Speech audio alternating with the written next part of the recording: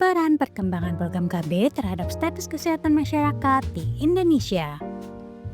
Video ini dibuat oleh mahasiswa program studi S1 reguler dan ekstensi kesehatan masyarakat angkatan 2022 yang terdiri dari Cikal, Selin, dan juga Firda sebagai scriptwriter dan juga voice over talent, serta Dibo, Okta, dan Jessica sebagai video editor dan animator.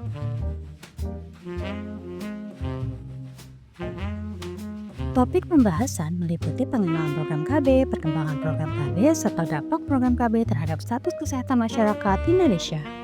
Hai semuanya, tahukah kamu apa itu KB atau keluarga berencana?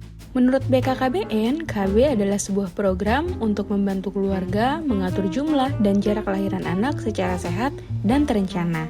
Program KB memiliki beberapa tujuan yang sangat penting dan bermanfaat. Yang pertama, mengatur jarak kelahiran demi kesehatan ibu dan anak, meningkatkan kualitas hidup serta ekonomi keluarga, mengurangi beban ekonomi dan sosial di masyarakat, memberikan kesempatan lebih luas untuk pendidikan dan pemberdayaan perempuan.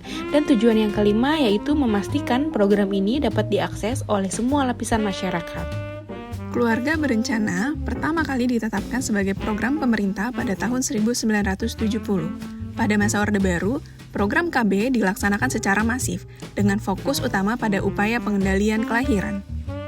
Memasuki era reformasi, sekitar tahun 1998 hingga tahun 2010, pengelolaan program KB mengalami perubahan melalui desentralisasi, di mana pengelolaannya diserahkan kepada pemerintah daerah. Namun, masih terdapat berbagai tantangan, seperti perbedaan pelaksanaan di berbagai daerah, serta lemahnya koordinasi antar sektor. Bersamaan dengan dibentuknya BKKBN, program KB tidak lagi semata-mata berfokus pada penggunaan alat kontrasepsi, tetapi juga menitikberatkan pada pembangunan keluarga sejahtera. Berbagai inovasi dikembangkan, seperti pembentukan kampung KB, program generasi berencana, serta pelayanan KB pasca persalinan. Berdasarkan laporan dari Direktorat Pelaporan dan Statistik BKKBN pada tahun 2024, terdapat dua indikator utama yang digunakan untuk melihat perkembangan program KB, yaitu prevalensi kontrasepsi modern dan persentase peserta KB aktif metode kontrasepsi jangka panjang. Untuk tren prevalensi penggunaan kontrasepsi modern pada pasangan usia subur, data menunjukkan angka yang relatif stabil dari tahun 2016 hingga tahun 2023. Dengan sedikit peningkatan. Pada tahun 2023, penggunaan kontrasepsi modern Indonesia mencapai 60,4%. Artinya, 60 dari 100 pasangan usia subur di Indonesia menggunakan kontrasepsi modern. Namun, hal ini belum mencapai target, yang mana target penggunaan kontrasepsi modern yaitu sebesar 62,9%. Pada tren persentase peserta aktif kontrasepsi jangka panjang, menunjukkan tren yang tidak stabil dari tahun 2016 hingga tahun 2023. Pada tahun 2023, sekitar 24 dari setiap 100 pasangan usia subur yang ada di Indonesia menggunakan metode kontrasepsi jangka panjang, seperti IUD, implan, dan sterilisasi. Nah, lalu apa sih dampak program KB di Indonesia? Dampak program keluarga berencana tak hanya soal mengendalikan jumlah penduduk. Lebih dari itu, KB menjadi fondasi penting dalam meningkatkan status kesehatan masyarakat di Indonesia. Salah satu dampak paling nyata terlihat pada keluarga prasejahtera.